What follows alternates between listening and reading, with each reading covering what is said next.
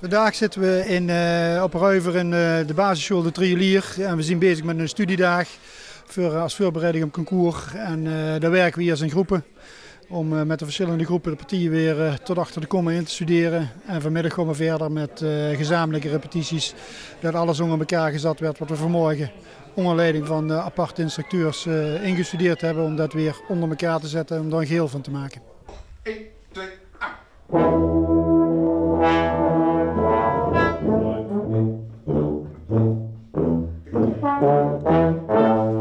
1, 2, aan! Zeg je nog broodjes op de zondagmorgen? Jazeker, dat hopen we toch. De ondersteuning voor de muzikanten is natuurlijk heel belangrijk. Dat ze goed verzorgd worden en zich alleen maar hoeven te richten op de muziek. Dadelijk hebben ze een kleine pauze, dus een koffiepauze, om even te stoppen met de repetitie. En dan tussen de middag is de grote pauze en dan is het broodjes en soep. Ja, op zondagmorgen hier naar de basisschool. Wie is dat? Ja, altijd leuk.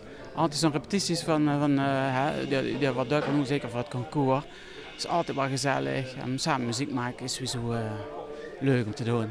Maar het is niet zomaar leuk. Je gaat op concours. Is dat dan toch leuk? Je moet een beetje uitdaging zien. Hè? Net zoals in het leven. Je moet af en toe eens een beetje uitdaging zien om ook het meer te willen. 1, 2.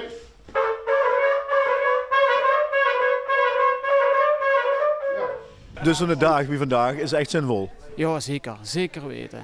Ja. Dan ook voor repeteren met groepen. Normaal is er repetitie op dinsdagochtend en dan zitten ze met de ganzen. En nu met groepen weer toch op de details gelet. Hè. En dat is wel zeer waardevol. Ja. 2, 3, 4. Dit soort trainingskampen, zeg maar. Dat is wie ik het zie eigenlijk.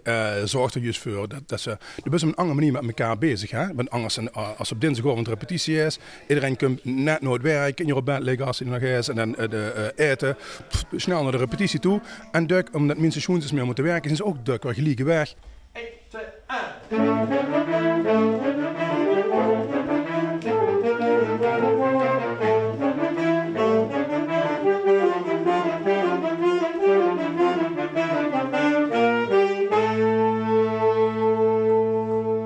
Dus het feit dat we nu met z'n allen ondereen kunnen zien, er hing een veel gemoedelijkere sfeer. Er is eigenlijk meer gedaan dan voor het eerste gedeelte in groepen repeteren. Hè? Dus echt klarinetten geïsoleerd, saxen geïsoleerd, dat soort dingen allemaal. Kan ze veel meer specifieke aanwijzingen krijgen en geven. En op het einde van de dag hebben ze veel meer bereik als in veel reguliere repetities.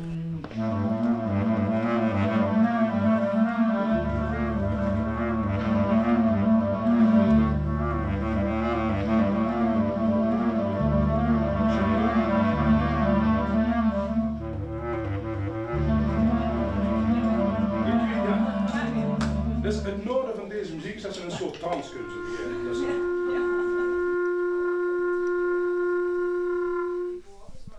Ja, dat was best een lange noot al. Wie lang zit je lid? Dit jaar 70 jaar. En hoeveelste keer ga je op concours? Nou, dat weet ik echt niet op het moment. Dat is niet de eerste keer? Dat is niet de eerste keer, nee. Met 7 dirigenten zijn we wel een paar keer op concours geweest, ja. Wat is nu met zo'n concoursvoorbereiding anders als, laten we zeggen, 40, 50 jaar geleden? Nou, het niveau is wel anders, ja. Kijk, als ik alleen kijk, ik bloos nu, ja, dit is natuurlijk al net. Maar normaal heb ik derde klarnetpartie. En als ik zie wie moeilijk dat die zien dat ik nog bepaalde dingen gewoon niet meer kan blazen, maar dat heeft ook met de leeftijd vooral te maken. Maar als ik dat vergelijk met derde klarnetpartieën, waar ik met begonnen ben, 70 jaar geleden, ja, dat is een wereld van verschil. En met de bezitting brengt dat heel veel problemen met zich met. En zeker met het klarinetregister, dat is bij Joost Dun gezegd, en dat is in heel veel korps is dat zo.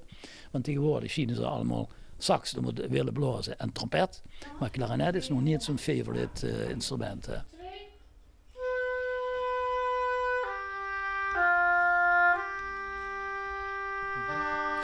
Ja, wie nou privé-repetitie op een zondagmorgen, wie is dat? Ja, zeker privé inderdaad. Ja, dat is leuk.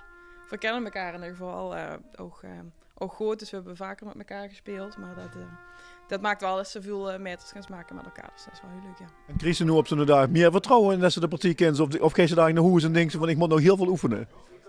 Moet ik eerlijk zien. Ja, ik heb net de trompetten opgenomen. Hè. Ik denk dat we toch nog moeten oefenen. Ja. Dus het is een geweldige diepte-investering. En ik vind het voor de vereniging op sociaal gebied wie dat werkt, is ook fantastisch. Als iedereen met elkaar zit. Nee, ze kennen ook niet, wij gewoon niet. Dus, Ja, ze zijn volgens mij al allemaal, ze zijn al begonnen. Oh, merci. Dan moet ik ook gewoon weer. Zo wil ik.